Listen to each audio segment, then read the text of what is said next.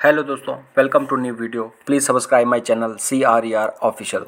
दोस्तों, आज हम बात करेंगे LPG crisis in India, shortage और कॉन्स्पिरेसी। रियल स्टोरी हम जानने की कोशिश करेंगे। इंडिया में कभी कभी LPG सिलेंडर की शॉर्टेज की खबर आती है, लेकिन सवाल ये है, क्या सच में गैस की कमी है या फिर ये सिर्फ एक सिस्टम फेलियर या कॉन्स्पिरेसी है। आज हम जानेंगे LPG क्राइसिस की रियल स्टोरी। दोस्तों, सबसे पहले हम जानते हैं इंडिया को एलपीजी की ज़रूरत कितनी है। इंडिया दुनिया का सबसे बड़ा एलपीजी कंज्यूमर में से एक है। करोड़ लोग घर पर कुकिंग के लिए एलपीजी सिलेंडर यूज़ करते हैं।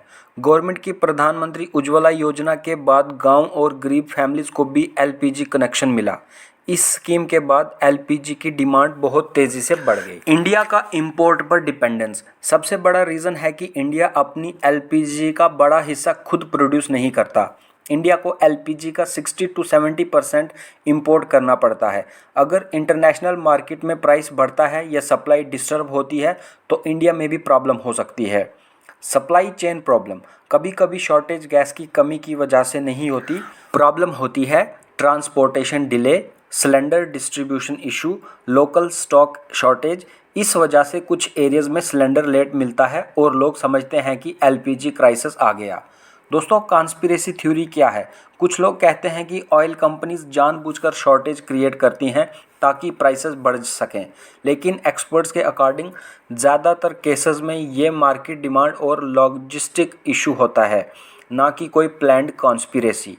दोस्तों, फ्यूचर सोल्यूशन क्या है। एक्सपर्ट कहते हैं कि फ्यूचर में इंडिया को डोमेस्टिक एलपीजी प्रोडक्शन बढ़ानी होगी, इंपोर्ट डिपेंडेंसी कम करनी होगी, रीन्यूएबल एनर्जी और इलेक्ट्रिक कुकिंग को प्रमोट करना होगा, तब भी एलपीजी क्राइसिस जैसी सिचुएशन से बच सकता है।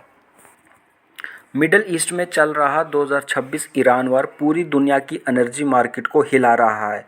ईरान, इजराइल और यूएस के बीच बढ़ती टेंशन का सीधा इफेक्ट ग्लोबल ऑयल और गैस सप्लाई पर पड़ रहा है। यूएस और इजराइल ने ईरान पर मिलिट्री स्ट्राइक्स किए, जिसके बाद ईरान ने मिसाइल्स और ड्रोन्स से रिटेलिएशन भी किया। इस कन्फ्लिक्ट की वजह से मिडल ईस्ट का सबसे important oil route strait of Hormuz भी रिस्क में आ गया है। दोस्तों, ईरान ने कहा है स्ट्रेट ऑफ हॉर्मुज इंडिया के लिए ओपन है, यहाँ से बाकी देशों के लिए ओपन नहीं है। अगर कोई भी शिप उनको दिखा तो वो वहीं पे मिसाइल से उड़ा देंगे। सो दोस्तों, इंडिया को टेंशन लेने की ज़रूरत नहीं है।